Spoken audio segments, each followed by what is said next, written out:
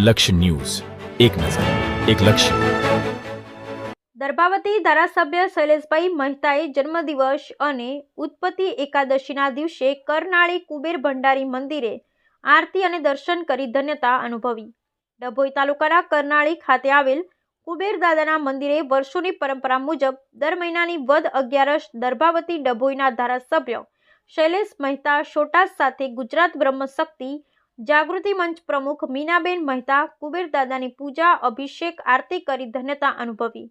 સાથે ધારાસભ્યનો જન્મદિવસ હોય ત્યારે સાધુ સંતો અને પરિક્રમાવાસીઓને ધોતી અને બ્લેન્કેટનું વિતરણ કરવામાં આવ્યું. સાથે કેક કટ કરી ઉજવણી કરવામાં આવી હતી અને મત વિસ્તારના તમામ મહાદેવના ભક્તો માટે શુભ મંગલમય પ્રાર્થના કરી વિકાસની અવિરત ધારા પ્રચલિત રહે એ જ મહાદેવના ચરણોમાં પ્રાર્થના કરી હતી.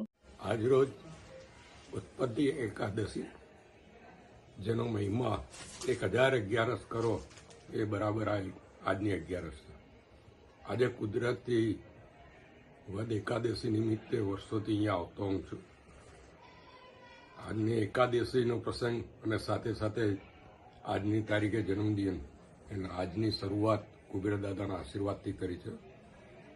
અને ડભોઈ વિધાનસભા નહીં પણ કોઈના હૃદયમાં ઉત્પાત ના થાય, કોઈના મગજમાં ઉત્પાત ના થાય અને તમામના શાંતિ અને સમૃદ્ધિ મળે એવી પ્રભુ દ્વાર કુબેર દાદા પાસે પ્રાર્થના કરી છે.